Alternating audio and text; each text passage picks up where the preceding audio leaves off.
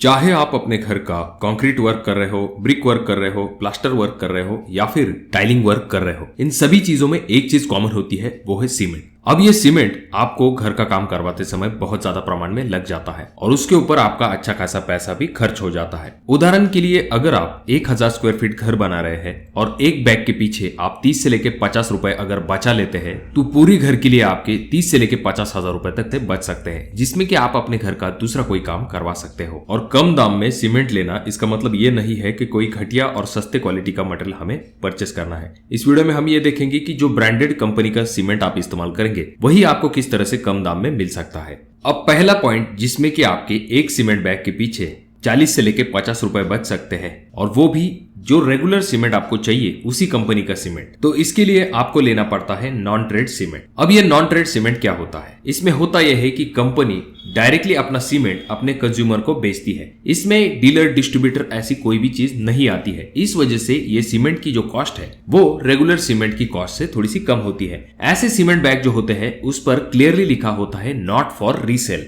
और ऐसी बैग आपको आसपास के दुकान में नहीं मिल सकती। अब आपका अगला सवाल ये आया होगा कि इस सीमेंट की स्ट्रेंथ में और रेगुलर सीमेंट की स्ट्रेंथ में कोई फर्क होता है? तो जी नहीं, इन दोनों की स्ट्रेंथ में बिल्कुल भी आपको फर्क दिखाई नहीं देगा।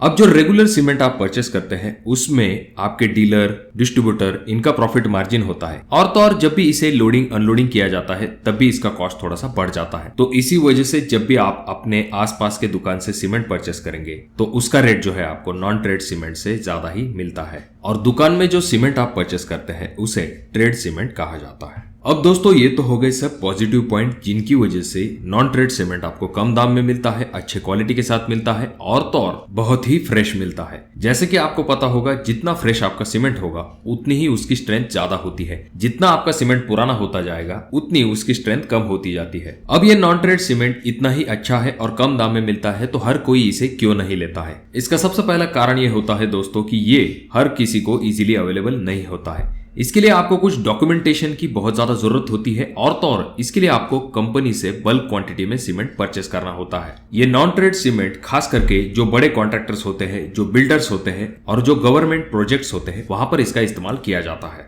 डॉक्यूमेंट्स की अगर हम बात करेंगे तो आपको जीएसटी, पैन कार्ड, उसके बाद में एक इंजीनियर का लेटर, इस तरह के और भी डॉक्यूमेंट्स लगते हैं, और कंपनी के लोग आकर आपकी साइट को वेरीफाई करते हैं। उसके बाद जाकर आप जो है नॉन ट्रेड सीमेंट को परचेस कर सकते हैं। और हाँ, ये सीमेंट लेते समय आपको एडवांस पेमेंट भी करना पड़ता है, तो ये एक लिमिटेशन आ जाता है। और सबसे बड़ा लिमिटेशन है नॉन ट्रेड सीमेंट का, वो है क्वांटिटी। जैसे आप रेगुलर दुकान में जाकर 50 बैग 100 बैग परचेस कर सकते हैं, उस तरह से नॉन ट्रेड सीमेंट में नहीं होता है। आपको कम से कम 1000 बैग को परचेस करना होता है। अब इसका प्रॉब्लम क्या होता है ये मैं आपको बताता हूँ। अगर आप छोटा घर बनवा रहे हैं तो उसमें आपको लगभग 500 से लेके 600 बैग लगने वाली होती है, और वो भी 6-7 महीने के अंदर। और जैसे कि मैंने आपको पहले भी कहा है कि अगर आपका सीमेंट 3 महीने से पुराना हो जाता है तो उसकी स्ट्रेंथ बहुत ही कम हो जाती है। तो ऐसा सीमेंट आपके घर के लिए अच्छा तो नहीं होगा। पर अगर आपके 3 से लेके 4 साइट चल रहे हैं जिसमें आप 3 महीने के अंदर इन पूरे 1000 बैग को इस्तेमाल कर चुके होंगे, तब आपको नॉन ट्रेड सीमेंट लेने में कोई भी दिक्कत नहीं है। पर अगर आपकी सिर्फ एक ही साइट है जिसमें कि आपको 500 से लेके 600 बैग लगने वाली है, तो वहां पर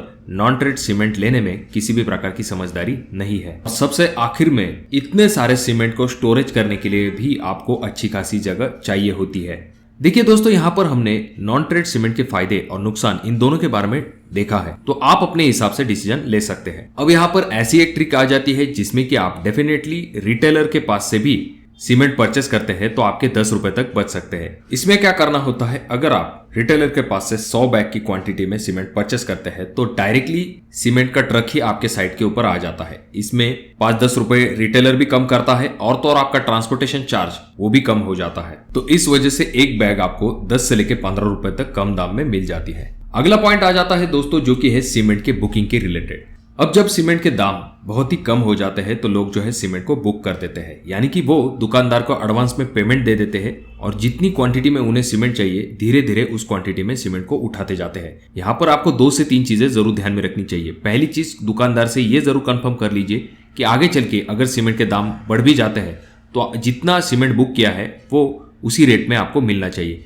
दूसरी चीज, दुकानदार भी आपको ये जरूर बताता है कि सीमेंट ज्यादा दिन तक वो आपके लिए स्टोर करके नहीं रख सकता है। उस सीमेंट को आपको एक 1.5 महीने के अंदर तुरंत ही उठा लेना है। और हाँ, किसी अनजान व्यक्ति के पास से अगर आपको बहुत ही कम दाम में सीमेंट मिल रहा है तो ऐसे सीमेंट को भी आपको अवॉइड कर लेना चाहिए, क्योंकि या तो सीमेंट खराब क्वालिटी का हो सकता है या फिर कोई और भी चीजें हो सकती है। तो इस वजह से जो आपके पहचान वाले दुकानदार है उनके पास से ही सीमेंट परचेस कीजिए। अगर आपके कोई सवाल है तो कमेंट बॉक्स में कमेंट जरूर कीजिए। वीडियो अच्छा लगा हो तो इसे लाइक कर दीजिए, और अभी तक आपने चैनल को सब्सक्राइब नहीं किया दोस्तों तो कैसे चलेगा, चैनल को जरूर सब्सक्राइब कर दीजिए। और इन तीनों वीडियो में से कोई एक वीडियो आपके जरूर काम में आ सकता है।